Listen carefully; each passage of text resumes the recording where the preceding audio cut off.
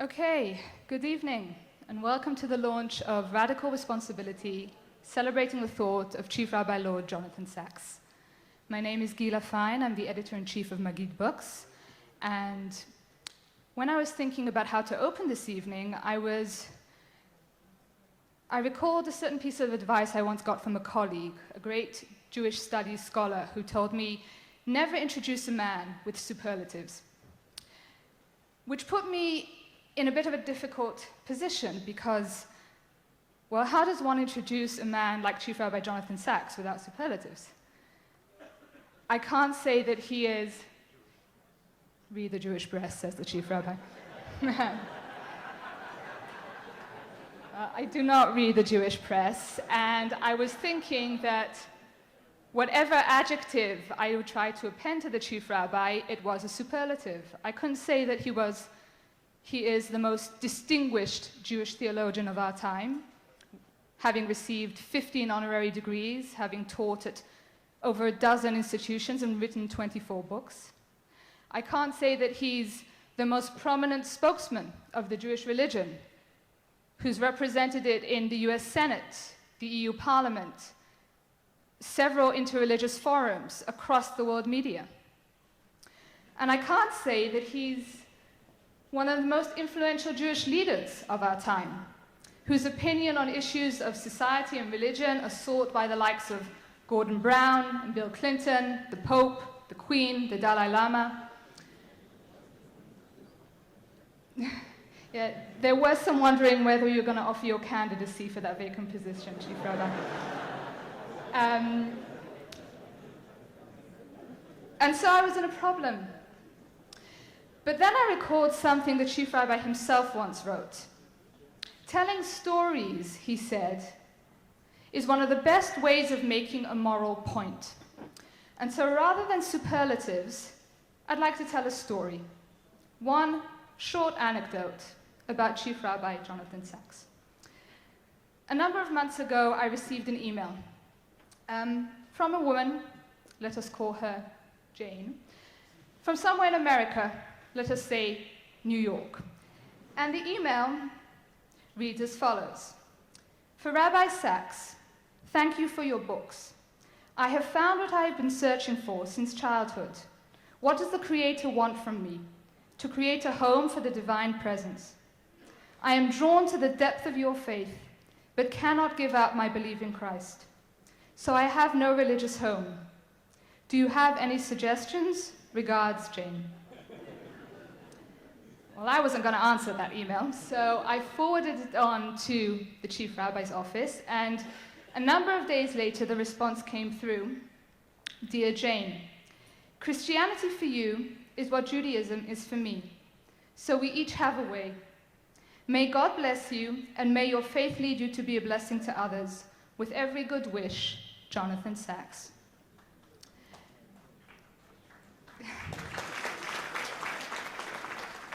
And that, if you will, is all you really need to know about Chief Rabbi Jonathan Sacks.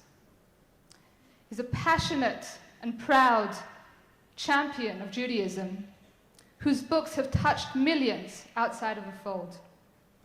He is a staunch follower of the particularistic Jewish law and a fierce advocate of the universalistic language of faith.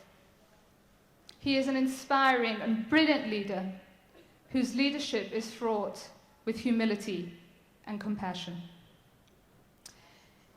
In honor of the Chief Rabbi's retirement from office this year and his 65th birthday, Rabbi Dr. Michael Harris and Dr. Tamara Wright from the London School of Jewish Studies, who are with us this evening, and Dr. Daniel Reinhold from Yeshiva University, in conjunction with Maggid Books, have published Radical Responsibility, celebrating the thought of Chief Rabbi Lord Jonathan Sacks. There have been many Jewish thinkers over the years who have discussed the contributions of Western culture to the Jewish religion. Rabbi Sacks is unique in discussing the contributions of the Jewish religion to Western culture. Radical Responsibility brings together 13 of the greatest minds today to explore these contributions in the fields of ethics, justice, religion, and leadership. The book's table of contents reads like a who's who of the world of Western philosophy and Jewish thought. Charles Taylor and J.J. Schachter, Michael Walzer and Michael Broyd, Alasdair MacIntyre and Aviva Zornberg, Menachem Kellner and Josh Berman, and of course our two speakers tonight, Professor Moshe Halbertal and Rabbi Dr. Benny Lau. All have come together to pay tribute to the intellectual legacy of one of the most original, most compelling Jewish voices of our age. And as I seem to have fallen right back into superlatives, I'd like to move directly to our first speaker, Rabbi Dr. Benny Lau.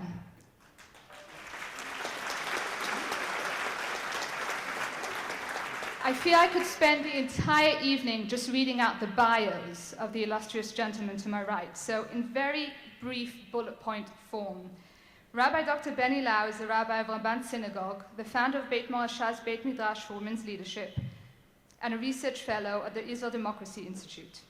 Rav Benny studied at Yeshivat Har Etzion and Yeshivat HaKibbutz Hadati and received a PhD in Talmud from Bar Ilan University. He serves as a consultant for a number of leading organizations, is frequently cited by the media, and is the author of the series The Sages, Character, Context, and Creativity. Rav Benny.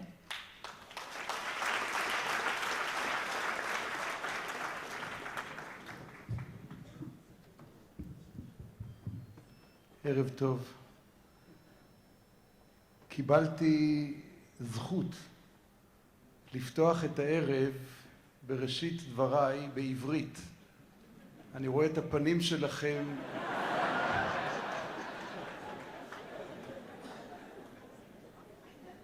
אני אנסה אחר כך לעבור קצת לאנגלית. הבעיה הגדולה ביותר, חוץ מהפוליטיקה, חוץ מהכלכלה, חוץ מהגלובליזציה, חוץ מהטרור, הבעיה שלנו כעם שחי בשני מרכזים גדולים היא בעיית שפה. אנחנו לא יודעים איש את שפת רעהו. אנחנו מבינים קצת כשמדברים לאט. תצביעו. אנחנו מדברים בקושי כשאין לנו ברירה. אנחנו קוראים לאט ומתעייפים מהר, ולכתוב אין על מה לדבר. הרב סאקס כמעט שלא היה מוכר לבני ארץ ישראל, לדוברי עברית. אני מדבר עם קולגות שלי בעולם של ישיבות, לומדי תורה, אנשים חכמים ונבונים ולומדים ומלמדים, שמעו שיש שם בבריטניה הקטנה, יש שם איזה רב אחד, פרופסור, לורד. מי זה? המחשבה מתפתחת עם השפה. וכשהשפה שלך היא שפה מקומית, גם המחשבה שלך היא מחשבה מקומית. צריך לומר את האמת, שגם 2-3 שיושבים פה באולם, דוברי אנגלית, מתקשים מאוד בעברית. גם אנשים חכמים ונבונים, יודעי ספר, לומדי תורה, פילוסופים דגולים, כשמחזיקים ביד ספר בעברית, אם זה לא סידור, אז הספר לא ידידותי, הוא לא נגיש, בקושי קוראים. בוודאי שלא במהירות, ובוודאי שלא בידידות. וככה נוצרו שתי זהויות של יהדות שקוראת ומדברת ומייצרת את עצמה באנגלית, ויהדות שקוראת ומדברת ומייצרת את עצמה בעברית, ולא קרב זה אל זה. זה כואב מאוד.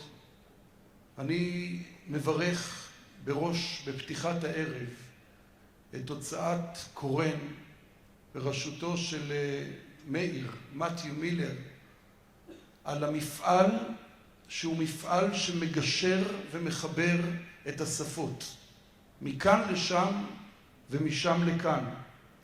זה מפעל שפותח אותנו, את הישראלים דוברי עברית, אל העושר הגדול של יהדות דוברת אנגלית, ואחת מהפסגות של היהדות הזאת זה היצירה של הרב יונתן סקס.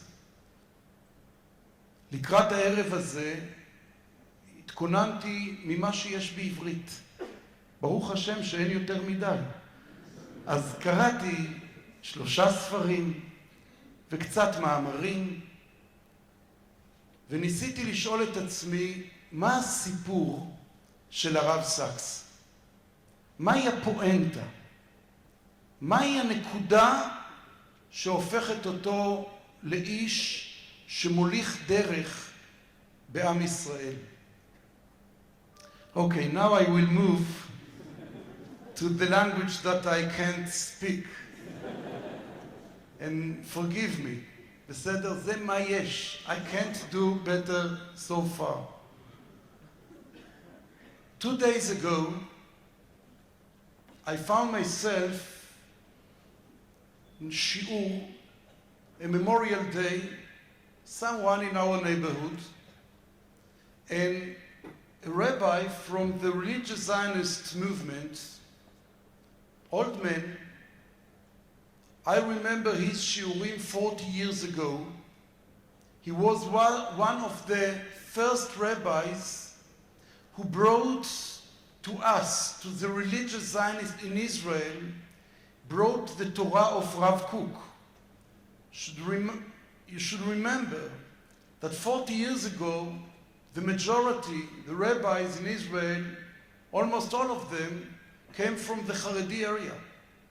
And he came from Merkaz Harav Yeshiva, and he brought the Torah of the Gila, the redemption, Torah Rav Kook. And I heard him 2 days ago, and he spoke about one pasuk from Sefer Yeshayahu, chapter 2. הדבר אשר חזה ישעיהו באחרית הימים. What will happen in the future, in the far future? הלכו עמים רבים, the whole world will go and will say, נעלה אל הר השם. We will go to the mountain, Hashem mountain, אל בית אלוהי יעקב, to the house of Jacob. This rabbi brought the midrash. Why it's written here, Bet Yaakov, Bet Elohei Yaakov? What about Elohei Avraham? What about Elohei Yitzchak? And then the midrash said, we follow the steps of Yaakov. Lo ke'Avraham, not like Avraham, that his name is Har Hashem, mountain. Not like Yitzchak, Sadeh, field. But like Yaakov, that build Bait, Bet El. Not mountain, not field, but house, home. We want to go follow the steps of Yaakov Avinu. And the whole drasha, this rabbi took this midrash and said why we, the Jewish people, prefer to follow the steps of Yaakov Avinu. And then 2 days ago, Rabbi Sachs, I got the point.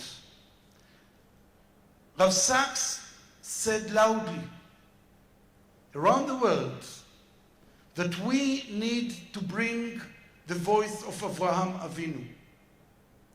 We need to take seriously the duty, the voice of Avraham, not just lech lecha, move and move, go around the world.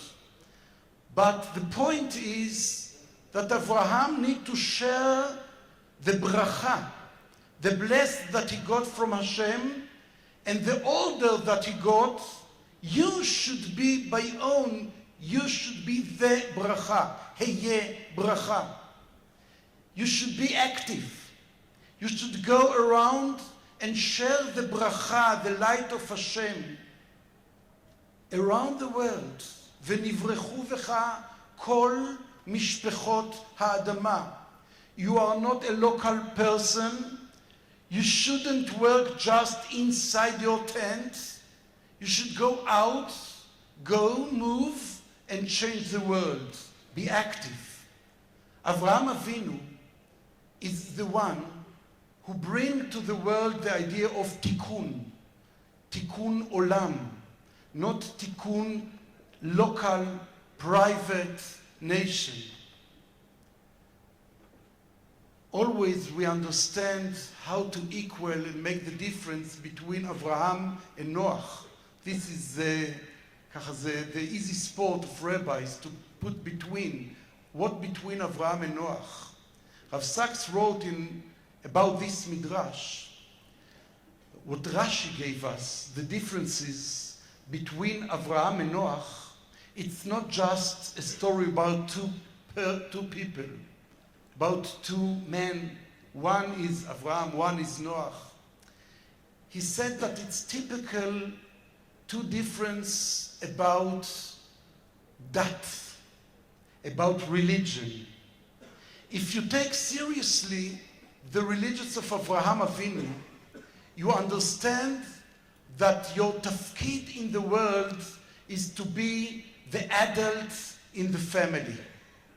If you take the tafkid of Noach, your place in the family is to be the baby, the kid.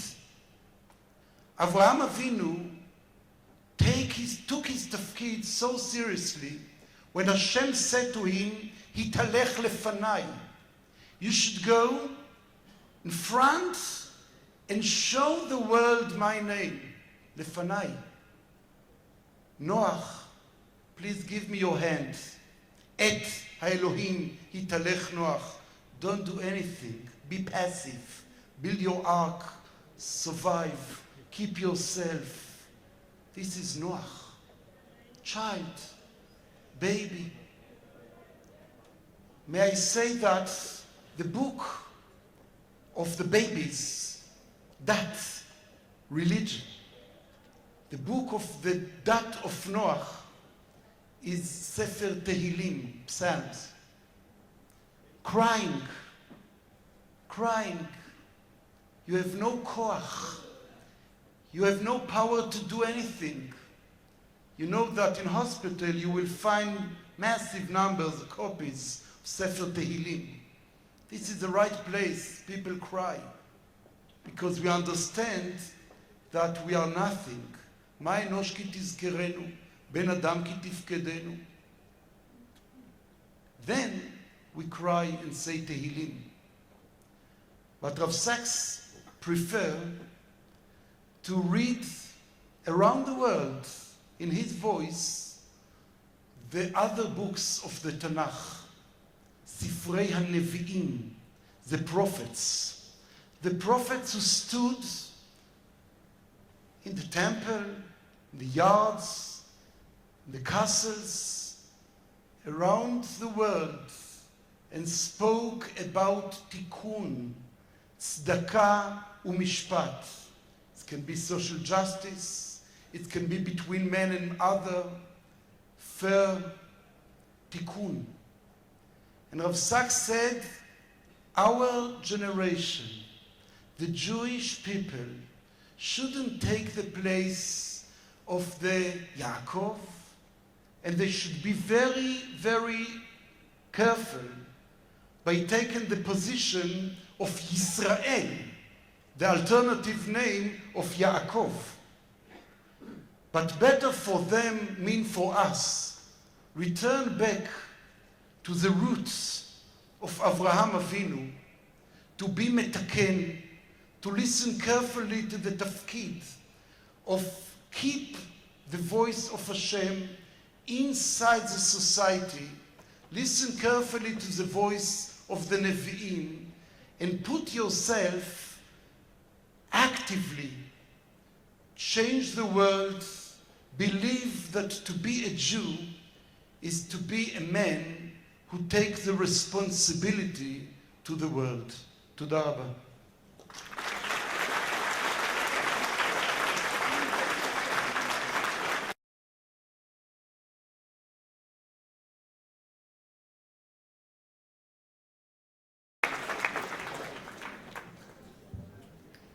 Thank you, Rav Benny.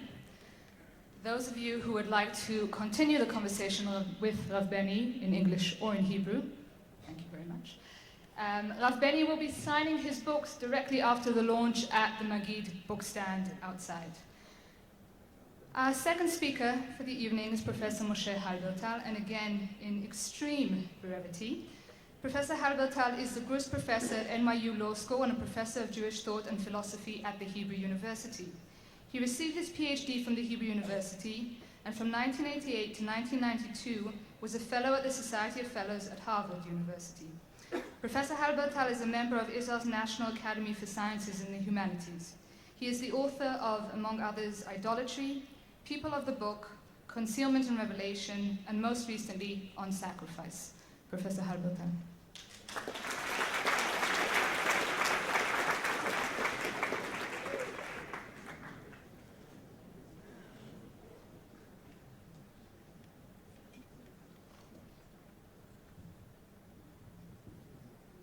Well, good evening. First of all, it's a real pleasure and honor to speak here in an event for Rabbi Sachs and paying tribute to your contribution to Yahadut, to the Jewish people, and just seeing the audience and understanding the thirst, the deep thirst that there is among so many people here in Yerushalayim for the particular voice that you have raised. That voice that speaks deeply the Jewish language and yet can articulate something greater, something that approaches other faith traditions, other intellectual sources. So it's really a moving moment for me both to acknowledge and to pay my gratitude to your contribution and to see the people. So when I was asked to write for the book, and I was thinking about what will be in line of Rabbi Sachs' thinking, and I thought that there are two concepts that are at the center of his thought. The first one is responsibility. Jewish life, halacha, is a life of responsibility. Responsibility to transform the world, to make the world a better place. That's halacha. The other theme, which is dominant in your thinking, is the relationship between the universal and the particular. I mean, Rabbi Sachs, basically, if you read his work, a very deep, important contribution is Yahadut is an emphasis on difference. It's a kind of a stance against the flattening, hegemonic, universal themes. It's the place to be different. It's actually acknowledging difference. Actually, that was what the email was about in a deep way, the email that you read. And I thought, let me try a sugya, a Talmudic sugya, which I would like to present here, that basically merges these two issues of the scope of our responsibility and the relationship between particularism and universalism in Yahadut. Now, this sugya begins with the question, it's an actually very deep question when you think about responsibility to others. You ask yourself how you define needs. we have to address the needs of others. We are obligated to pay attention to the needs of others. This is tzedakah. But how do you define a need? And the Talmud, I'm sure many of you know this sugya. The Talmud has a quite bold, deep, in some ways problematic conception of need, which is far beyond the objective poverty line. We have an idea. We have an idea of need. In every welfare attempt, you try to say, okay, the needy are those who are under the poverty line, a certain amount of income that allows for life in dignity or the minimal capacity for basic supplies. That's a usual definition, but the Talmud goes another way. And I'm going to read the Gemara and end with a very interesting debate between the Rambam and the Ramah, between Maimonides and Rav Moshe Isserlis, about this particular problem of needs and how it ties to the problem of the universal and the particular. So the Gemara says, Tanu Rabbanan, our rabbis thought, Dei Machsoro. What is Dei Machsoro? Sorry, Dei Machsoro asher yechsar lo. Dei Machsoro ve'i ata metzuveh alav leoshro. You are obligated to give to the poor. You're obligated to give to the poor what he lacks, but you're not obligated to make him rich. Then the Talmud reads, Asher yechsar lo, which he lacks in particular, afilu sus lirkov alav, even a horse to ride on, ve'eved larutz lefanav. You have to supply that poor person even a horse to ride on and a servant to run before him. Then the Talmud brings a story, supposedly to support this halacha. Amru alav al Hillel hazaken, it was told about Hillel the elder, שלקח לעני בן טובים, that he took for an impoverished aristocrat, סוס לרכוב עליו ועבד לרוץ לפניו. He took for him, he supplied him even a horse to run before, to ride on, and a servant to run before him. פעם אחת לא מצא עבד. Once Hillel couldn't find the servant to run before him, and he himself, ורץ לפניו 3 מילים. He himself ran before that impoverished aristocrat. By the way, this is a very bold conception of needs. It says that when we define the needs of others, we cannot take only an objective measure. We have to look at the particular history and biography of the person, his prior habits, and we have to address the subjective condition of that person. Not only Hillel the elder, not only provided this impoverished aristocrat with a chauffeur and etc. Once he couldn't find it, he did it himself. It's, by the way, a very interesting conception of need. Sometimes you say, if you have, coming up with an example, if you have a great violinist who became impoverished and had to sell his Stradivarius, his great violin, and you say, you have to provide him, for him not playing this instrument is immense pain. So needs are subjective. Now, clearly, by the way, this is a very bold conception, and the Talmud, to a certain degree, is troubled by this conception. And it begins a set of stories to question this idea. I'm just going to read one of them and then move to our discussion of Maimonides and the Ramah. There's a very interesting response in the Talmud. One story, there are a few of them here, but one of them tells the following story.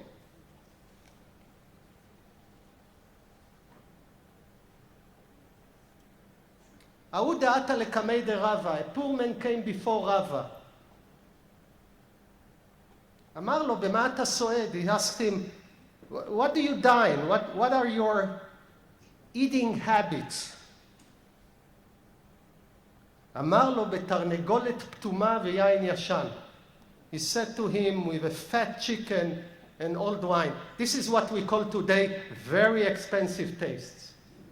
This poor guy had a very expensive taste. Now Rava asks him, naturally, a question that we all ask when we read this idea that you have to provide the expensive habits of a poor person. He asked him, "Velo chaysh ledochka de tzibura?"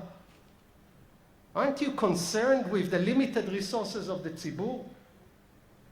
They have to provide for. Why don't you accommodate your habits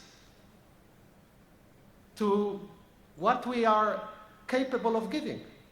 Now, this poor man was a shtikl Talmid Chochem, and he has an argument. And he says, Atu mididu ka'achilna, I'm eating from your funds. Miderachmana ka'achilna, I'm eating from God's hand. How do we know it? He also brings a posuk. He says that Ninam, enei kolelecha yeseberu, ve'ata noten lahem et achlam b'ito. Right? All people look up to you, God, and you give them their supply, each of them. God is the provider. And with God, by the way, there is no limited resources. There is no zero-sum game. So don't complain, said this poor man to Rava, against my poor expensive habits. At the Achi, while they were talking, Ata Achtei de Rava, the sister of Rava, came. The Lo Chazia Leitlei Sarshanei, she didn't see him 13 years. Ve'atya Lei Tarnegolet Ptuma v'yain yashan, she brought to her brother. She didn't see him for so many years. She brought a very fancy meal.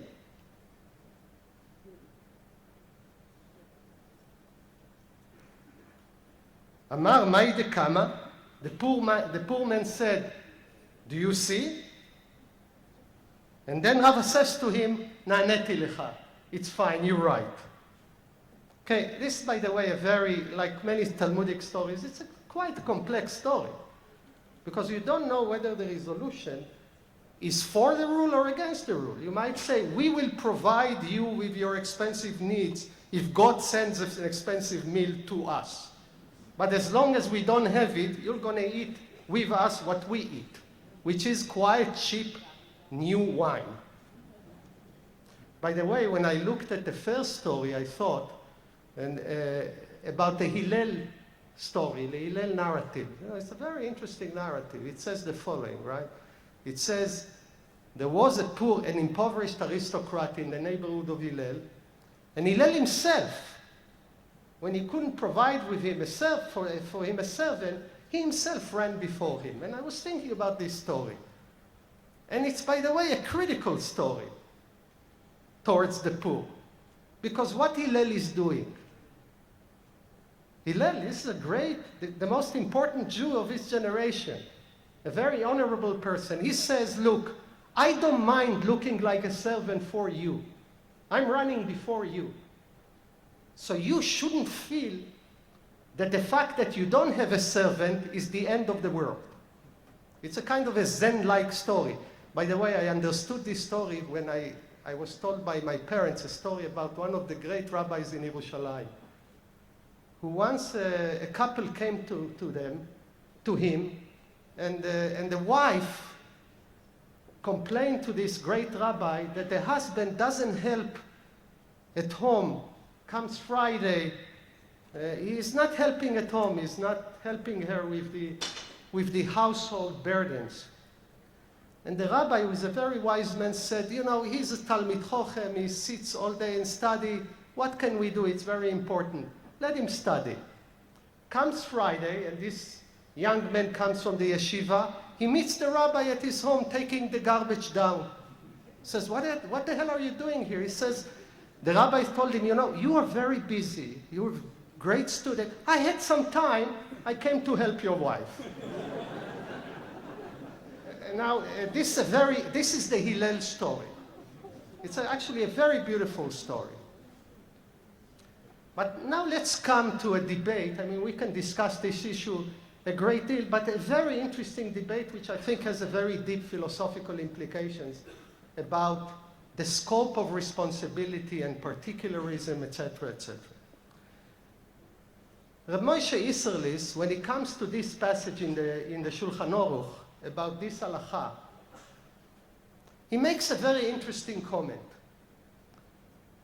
After Rabbi Yosef Karo mentions the rule that needs have to be subjectively defined, the way the Talmud states it, the Rama makes a comment, and he says the following: "V'nir'a, it seems to me, דכל זה בגבי צדקה או רבים ביחד."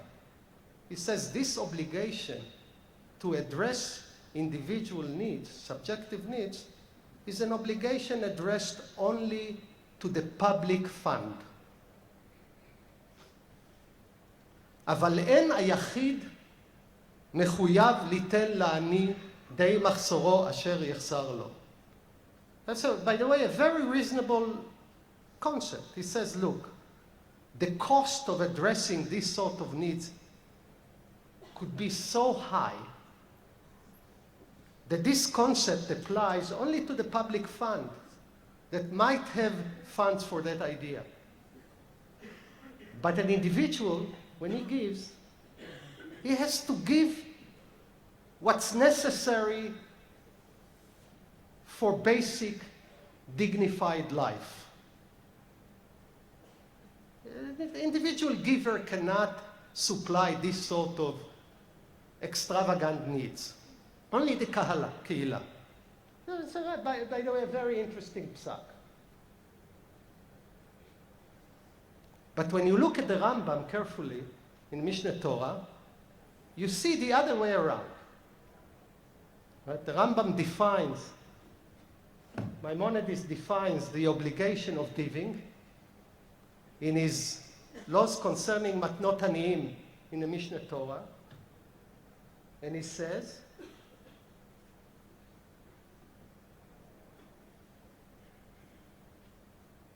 mitzvat aseh liten tzedakah, you know, it's a positive commandment to give tzedakah.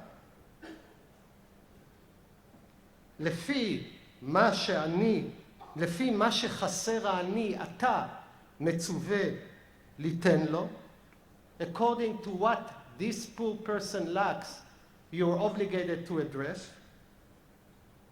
And then he says, even אפילו היה דרכו של עני זה, even if the past habit of this poor man was to ride on a horse and had a servant run before him, וירד מן החסה, and he became impoverished, you have to give him such and such and such and such. By the way, according to the Maimonides, this idea of subjective needs is addressed to the individual giver.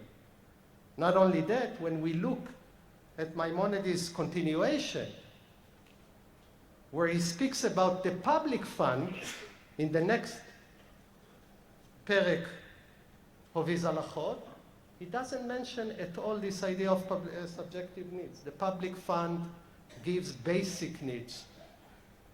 Completely the reverse from the Ramon. And I want to just make a philosophical point about this debate. Though my father is a Galicianer, and we follow the Rama on every line, I don't think he would like me to say what I'm saying now, but I think Maimonides had a better point here. And let me say what's the reasoning behind that. It's actually a very deep idea of encountering needs.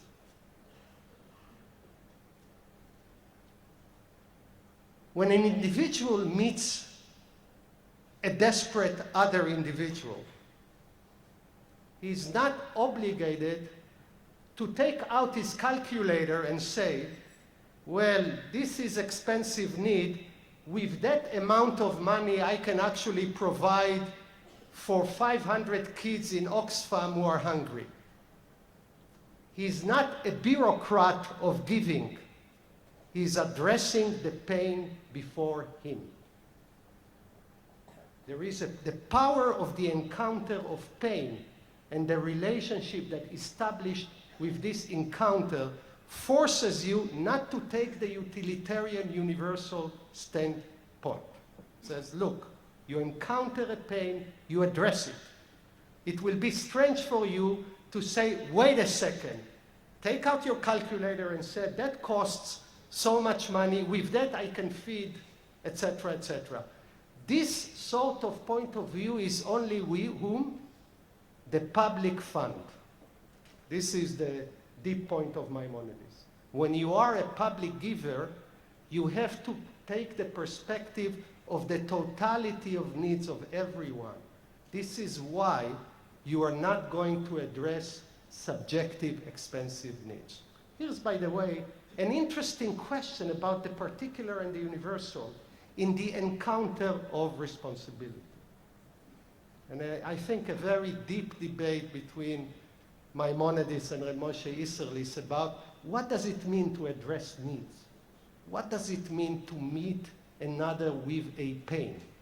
How do we define pain? Who's responsible to address it? I wanted to give these thoughts before you because I know how this issue of the realm of responsibility, the realm of human responsibility as articulated by Halakha, is so dear and deep to Rabbi Sachs. So it's a way of giving thanks to everything you have contributed by teaching something that might resonate with your concerns. Thank you very much.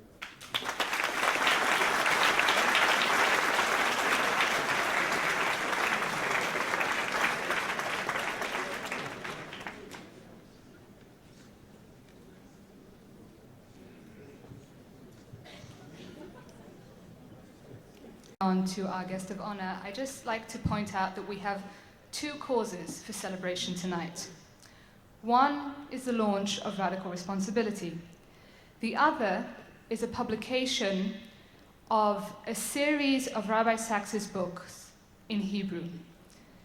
Over the years, the works of Rabbi Sachs have been translated into Spanish, Portuguese, Russian, Italian, American, and now also into Hebrew. This series is initiated by Le Rapé Olam Shavu, To Heal a Fractured World, masterfully translated by Tzur Ehrlich, who is also with us tonight. And it's our hope, Chief Rabbi, that with this new series and with your ability to spend more time here once you retire, that we Israelis might get to know you a little better. So, ladies and gentlemen, Chief Rabbi Lord Jonathan Sachs is the sixth Chief Rabbi of the United Hebrew Congregations of the Commonwealth. He was formerly principal of Jews College and the rabbi of the Golders Green and Marble Arch synagogues, and is currently visiting professor of theology at King's College, London. Rabbi Sachs holds 15 honorary degrees. I should say that the bio actually said 14, and one of the members of his office wrote in very urgently to say, oh no, it's 15, he just got another one. So he holds 15 honorary degrees and has received numerous prizes, including the Jerusalem Prize, the Gromeyer Prize for Religion, and a National Jewish Book Award. He is a regular contributor to the national media and the author of 24 books, including The Dignity of Difference, To Heal a Fractured World, Covenant and Conversation, and The Great Partnership. Rabbi Sachs was knighted by the Queen in 2005. He will be retiring from office in August 2013. Rabbi Sachs.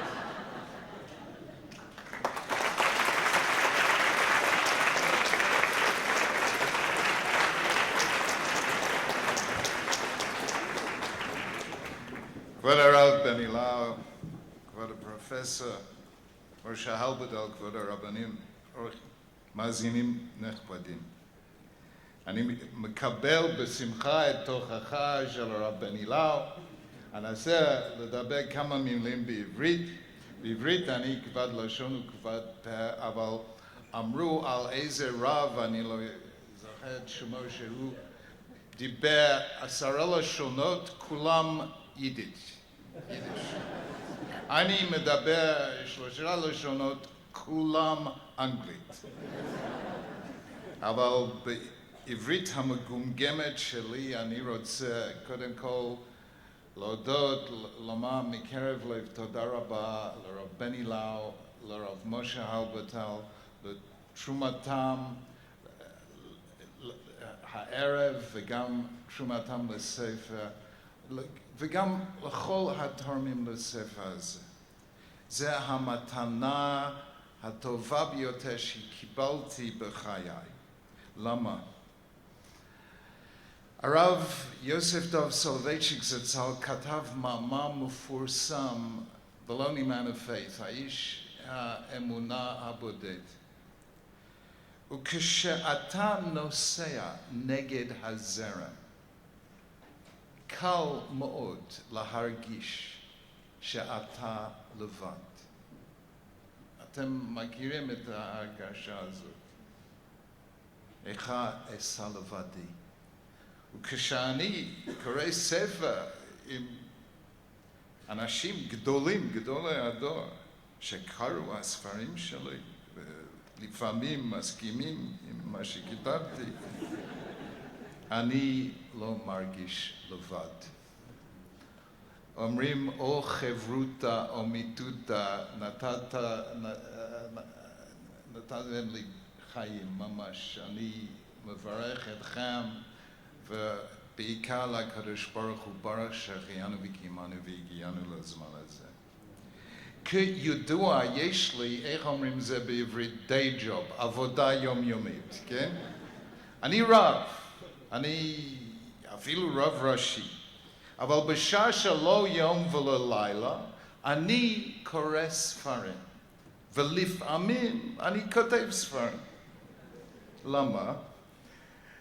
זה הווידוי שלי, משום שאני עוסק בפוליטיקה דתית, ופוליטיקה דתית מטמאת את הידיים, ואני צריך לטהר את עצמי במקווה, ובשבילי לקרוא ספרים, זה מקווה שמטהר את האדם מכל הפוליטיקה וכל הבלגן של רבנים וכולי וכולי. אני מאמין שרוב הציוויליזציות של היסטוריה ושל בת זמננו האמינו ברעיון של כוח. יהודים מאמינים בכוח של הרעיון, של רעיונות.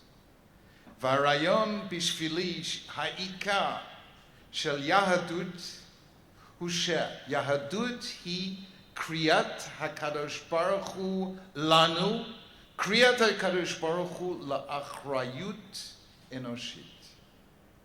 להיות יהודי זה לא לראות עוני, חולי, סבל, עושק, עוול, ולומר כך מנהגו של עולם או כך רצונו של הקדוש ברוך הוא. להיות יהודי לזה לומר לא, אני שומע הקדוש ברוך הוא קורא אליי. להיות שותפו במעשה בראשית. יהדות היא קריאת השם לנו, לשנות את העולם, להפוך את העולם לרפוא עולם שבור. זה אני מאמין באמונה שלמה. ואני מודה לרב בני לאו, לרב משה הלברטל, שהם, זה הצד השווה בינינו. ואני מודה להם, ועכשיו אני מתחיל to speak in English so that at least I can understand what I'm saying. I also thank Gila Fine for her wonderful words, and I am reminded of an American ambassador who once said, compliments are fine so long as you don't inhale. But let me share with you the idea that lies behind my work. Here it is. In 1756, Voltaire published that great defender of liberty, a violently anti-Semitic article on the Jews, in which he said the Jews were ignorant and a superstitious people who had contributed nothing to human civilization. Within 2 centuries of his uttering those words, Jews had transformed the civilization of the West. They created between them many of the most foundational concepts of modern thought. In physics, Einstein; in sociology, Durkheim; in anthropology, Levi-Strauss; in philosophy, Spinoza, Bergson, Wittgenstein; in music, Mahler and Schoenberg; in literature, everyone from Proust to Kafka to Agnon to Isaac Bashevis Singer to Bellow to Philip Roth. 20% of Nobel Prizes in chemistry, 26% of Nobel Prizes in physics, 27% in medicine, 41% in economics. When it comes to apikosim, we gave the world many of its biggest apikosim. This is something. 3 of the 4 great apikosim of the modern world were Jewish: Spinoza, Marx, and Freud. The only one who wasn't Jewish was Charles Darwin. Why Charles Darwin wasn't Jewish, I have no idea. He had every qualification. Big beard, total apikoros. It must have been a random genetic mutation.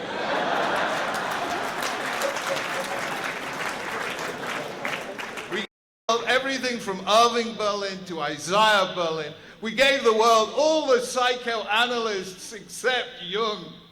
I mean, you know, Freud, Adler, Mendeley Klein, Otto Rank. The Jews had all the psychoanalysts. Mind you, who except Jews need so kind of psychoanalysts?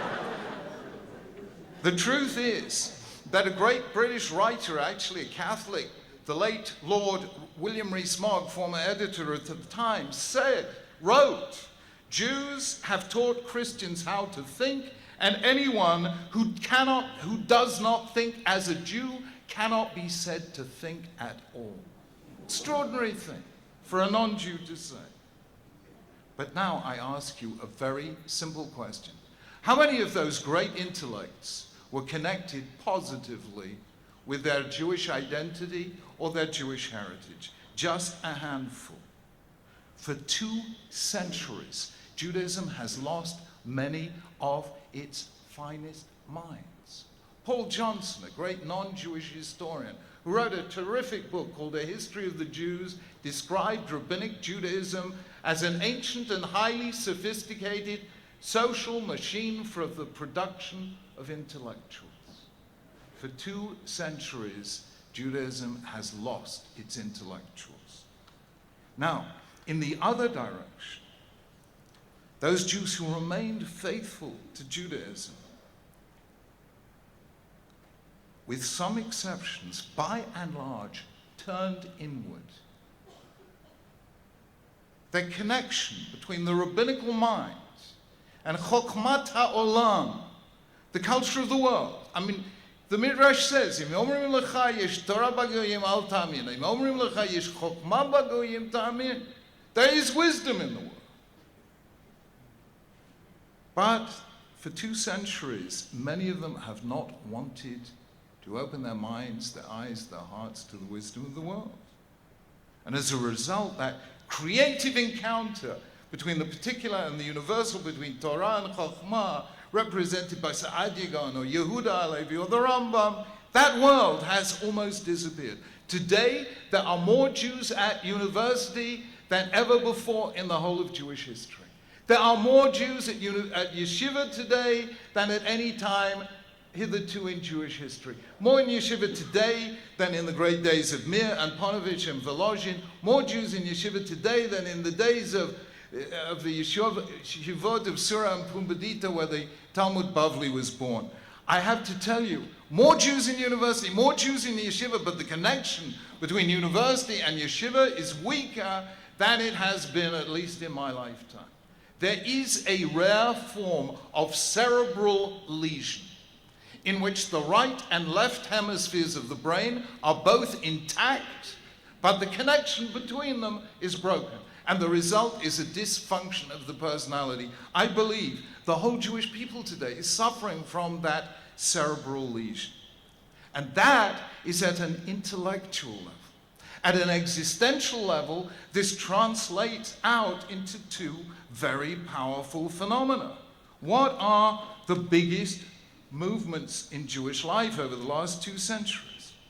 Number one, the huge movement of Jews engaging with the world, contributing to the world, but turning their backs on their Jewish identity. They only wanted to be universal. They didn't want to be particular. They didn't want to be Jewish. As Jackie Mason always says, you know, they laugh at my jokes and then they say, too Jewish. They don't want to be too Jewish. Shlomo Carlebach, the late beloved Shlomo Carlebach, who spent a lifetime going around to American campuses, summed up the experience of a lifetime when he said, I go around to students and I ask them, what are you? And if somebody gets up and says, I'm a Protestant, I know that's a Protestant. And if somebody gets up and says, I'm a Catholic, I know that's a Catholic. And if somebody gets up and says, I'm just a human being, I know that's a Jew. So they are the university. On the other hand, the remarkable fact today is that the fastest growing group in the Jewish world, in Israel and everywhere else, that there are Jews, are the Jews who are completely segregated from the world. The Jews who have turned inward. Those Jews have performed a miracle. They lost 90% of their numbers in the Shoah. All that remained was an Ud Mutzal Me'esh, a brand plucked from the burning. But today their communities are growing phenomenally and are becoming a major, major force in Jewish life throughout the world. And that, on the one hand, is a tremendous achievement of faith, and I don't belittle it in the slightest. But on the other hand, were we meant to turn our back on the world? Those are the two great tendencies in Jewish life today. Assimilation on the one hand, segregation on the other hand. Jews are either engaging with the world at the cost of losing their Judaism, or they're engaging with Judaism at the cost of turning their back on the world. Now, I think those are two defensible options. I'm not going to criticize anyone. Actually, does it help when a chief rabbi criticizes? In England it doesn't, maybe in Israel. Maybe I should come to Israel. But the truth is, I leave all judgments to HaKadosh Baruch Hu. I always say he judges people much better than we do.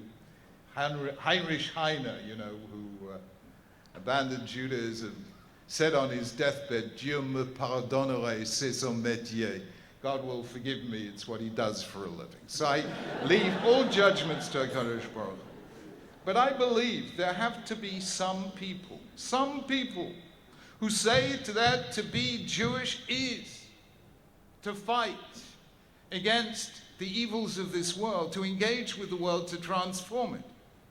To become, as I said, a Shuv LaKadosh Baruch Hu Ma'aseh Bereshit. And that, I believe, is why, almost without knowing it, Jews are disproportionately represented among doctors fighting disease, lawyers fighting injustice, teachers fighting ignorance, economists fighting poverty, therapists fighting depression and despair, and in so many other ways. Jews know that our job is to heal the fractures of a world. Jews know, as I call Judaism the voice of hope in the conversation of humankind, because we have never accepted the world. We have always said it is our job to bring the world that is closer to the world that ought to be. I believe, as I said in Ivrit, that Judaism is the world's standing protest against the idea of power. And Jews have protested against the idea of power throughout the ages by talking about the power of ideas. And that is why, in addition to my work as chief rabbi, I began a private journey of ideas. I engaged in that dialogue between the particular faith of Judaism, Torah, and the universal wisdom of humankind, Chokhmah. And that's what I did, as it were, when I wasn't being chief rabbi, sometimes even when I was. I tried to do this as an experiment. I tried to do it nationally.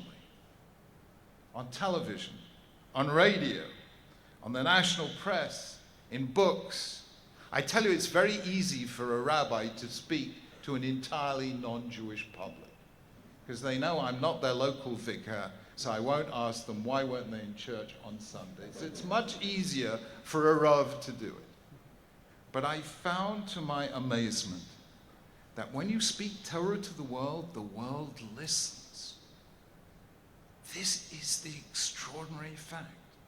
And so I had the zechut of advising 3 British prime ministers and a great number of government ministers. I had the privilege of establishing strong and good relations with the leaders of all the faiths in Britain: Christianity, Islam, Hindus, Sikhs, Buddhism, Jain, Zoroastrian, Baha'i, and the faiths throughout the world. It is an extraordinary thing to see how inspired sometimes they are by the Jewish message. It really is. Hi chochmatchem uvinatchem le'nei ha'amim. Moshe Rabbeinu was right. This really is our wisdom in the sight of Hashem.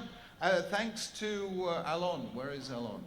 Alon, who is there. Thanks to Alon, Elena and I spent some days, some years ago, in Amritsar, the Yerushalayim of the Sikhs, the city of the Golden Temple, and we had the zechut, did we not, Alon, of listening to one of the world's leading Sikhs in Amritsar addressing 2,000 Sikh students. And what does he say to them? What we need is what the Jews have. We need Shabbos.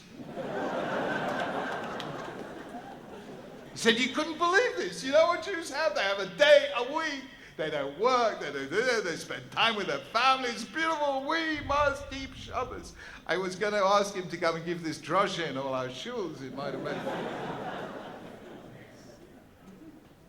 I'm speaking in the United Nations 12 years ago. I give a little speech, and a Hindu guru comes up to me. It's a gathering of Kol Maminim Shehu, all the leaders of all the faiths in the world, called the Millennium Peace Summit. When you bring all those religious leaders, it's probably sufficient that World War III didn't break out immediately. But I mean, after I spoke, a Hindu guru came up and said, Rabbi Sachs, would you please be my keynote speaker in my counter conference in Delhi? And I said, what's your counter conference? He said, the World Conference of Non-Evangelizing Faiths. And then I began to realize just how important we are to Hindus, who have been assaulted by some of the proselytizing monotheisms of the world, and we have a connection with them. I will tell you something extraordinary. The Queen, she should live bis 120. She is just, actually we wished her that. It is actually a true story. We have the privilege as the Jewish community of presenting a loyal address to the Queen. So we did in April of this past year for her Diamond Jubilee, and we wished her she should, until 120. This is a true story. She never heard this before. And she looks at Prince Philip, and Prince Philip looks at her, and they wink. And after this is all over, all the formalities over, and there's a little reception in Buckingham Palace, Prince Philip comes up to me and says, does that mean I got to put up with this lot for another 30 years? My Seshahaya. Strange things happen when you're around. Anyway.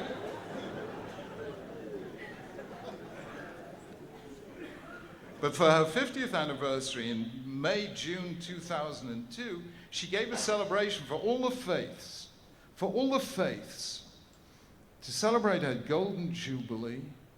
And during this celebration, a very, very Haredi Muslim came up to me and said, are you the chief rabbi? And I couldn't deny it. He said,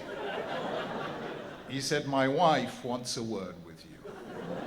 Now, I want you to remember May 2002. You remember we had just gone through that horrendous bombing in the Park Hotel Netanya, where 29 people were killed as they sat down to make Seder. Then the Israelis did their action, and there was this whole horrendous misrepresentation of Jenin. So this was not a great moment for Jewish-Muslim relations. And I was dreading what she was going to say to me. She came out with a big hijab, and this is what she said to me. Chief Rabbi, I just want to thank you for your book, Radical Then, Radical Now. Now, Tishma. Radical Then, Radical Now is a book about Jewish pride. It has nothing whatsoever about Islam. It's not universalistic. It's being proud to be a Jew. And suddenly I realized, if we stand up confident in our faith, we help other people stand up confident in their faith too. And that is why every experience I've had is telling us, Ribono Shel Olam wants us to engage with the world. And when we do so, it is a Kiddush Hashem. Not because of us, but because of Moshe Emes v'Torasa Emes. This is a fantastic, fantastic thing. And therefore, I beg to differ with the assimilationists who say to engage with the world, we have to be K'chol HaGoyim, like all the world. We have to be universalists. And I beg to disagree with those who say, in a very, very understandable and holy way, to preserve the purity of faith, we have to disengage with the world. I honestly believe neither is what Hashem wants of us. He wants to engage with us, to engage with the world as Jews. And if we are strong in what makes us different, we will make other people strong in what they make us different. And I really believe, Moshe Halbertal spoke about scarce resources. There is a conceptual mistake here. People will tell you, if you engage with the world, your own Yiddishkeit will be diminished and diluted. Nafochu. The opposite is true. I always do this basic arithmetical sum. If you have 1,000 shekels and you decide to share it with 9 other people, how much do you have left? 1/10 of what you began with. If you have total power, like the president of my shul, who had this rule, who said all those in favor say aye, all those against say I resign. And you're crazy enough to share this power with 9 other people, you only have 1/10 of the power with which you began. Material goods, wealth and power, politics, economics and politics, the more you share, the less you have. But tell me, if you have a certain amount of love and you share it with 9 other people, do you have less or more? If you have a certain amount of knowledge and you share it with others, do you have less or more? If you have a certain amount of friendship or influence you share it with, do you have less or more? The truth is, spiritual goods are the opposite of material goods, because with spiritual goods, the more you share, the more you have. The more Yiddishkeit religious Jews would share with secular Jews, if they are totally non-judgmental, they would have more Yiddishkeit, not less Yiddishkeit.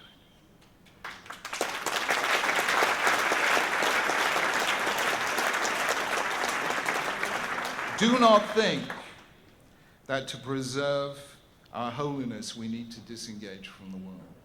It's our job to go and be Mekadesh Adachol, to transform the world. And if that was so, we would have fewer Jews saying we have to assimilate or disappear, fewer Jews who'd be embarrassed to be Jews, and we would have fewer Jews saying that to protect Judaism you have to disengage from the world. And that is the third option that I chose to articulate in everything I've written. And though I felt very much alone, this wonderful book, for which I thank all the contributors, I no longer feel alone. I thought I was going to have a nice little session with Rabbi Benny and Professor Halbertal and Gila and 6 friends. They didn't tell me you were all coming, I'm afraid.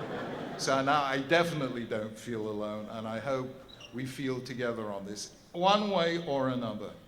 Whether it is confronting the challenge of anti-Semitism, or confronting the isolation and unacceptable and appalling delegitimation of Israel, or whether it is building a more Jewish society within Israel itself, or whether it is simply inspiring young Jews to grow up to be proud to be Jews, we are going to have to engage with the world.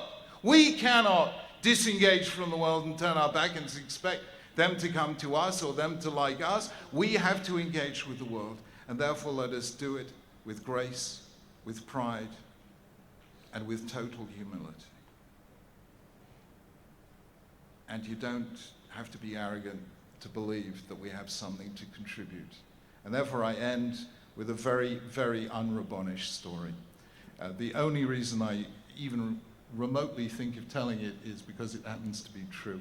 And here it is. Elena and I, HaKadosh Baruch Hu created the English weather as his form of Aliyah campaign. So years ago, this is more than 30 years ago, I'd only even just begun being a Rav. It was a really miserable English winter. And I said to Elaine, this is 35 years ago maybe, 30 years ago, I said to Elaine, let's go to somewhere where even in the winter there's sun. And this is 30 plus years ago. I said, let's go to Eilat, and we had never been to Eilat before. And somebody said to me, Rabbi Sachs, you really don't want to go to Eilat. It's not Rabbonish. Tzniut is not the thing for which Eilat is known. And, you know, it was true, I have to say. I spent a whole week without my glasses on. And we searched for something that was vaguely, acceptably Rabbonish to do in Eilat, and we found one of these glass-bottom boats, I don't know if they still have them, where you see all those beautifully colored fish swimming around, and we went on this boat. We were the only passengers. The captain of the boat heard us speaking in English, came over and said, Ateme Anglia, are you from England? And we said, yes, why do you ask? He said, oh, I've just been on a holiday in England. And we said to him, how did you like it? And he said, oh, wonderful. He said, the grass, so green. The buildings, so old. The people, so polite. And then he looked around here. I'm sure Eilat has been built up since then, but then it was a little bit of a barren wilderness. And he flung his arms out as if to embrace those barren hills. And a huge smile came on his face. And he said, Aval zeh shelanu.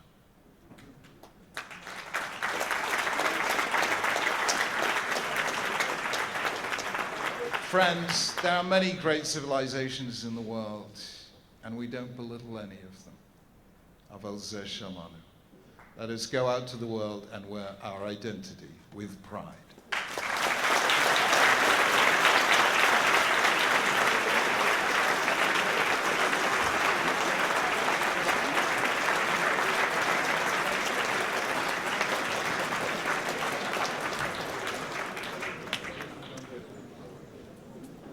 Thank you, Chief Rabbi.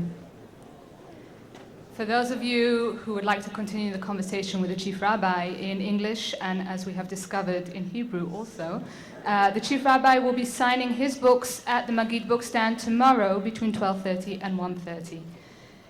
The theme of this evening has been Jewish leadership, and I'd like to quickly end with the words of a great Jewish leader, the Kohen Gadol, the high priest. The Mishnah in Tractate Yoma says that after reading the Torah to the people who were assembled at the temple on Yom Kippur, the high priest would roll up the Torah scroll, place it against his chest, and say, Yoter mima shekriti lifnechem katuv kan. More than I have read before you is written here. Well, more than we have discussed tonight is written in this truly remarkable book, Radical Responsibility, which you can buy tonight at a special discount. I'd like to thank our three panelists, Professor Moshe Halbertal, Rabbi Dr. Benny Lau, and Chief Rabbi Jonathan Sachs. I'd like to thank the International Book Fair for hosting us and the Great Synagogue for sponsoring this event. And I'd like to thank you all for coming. Good night.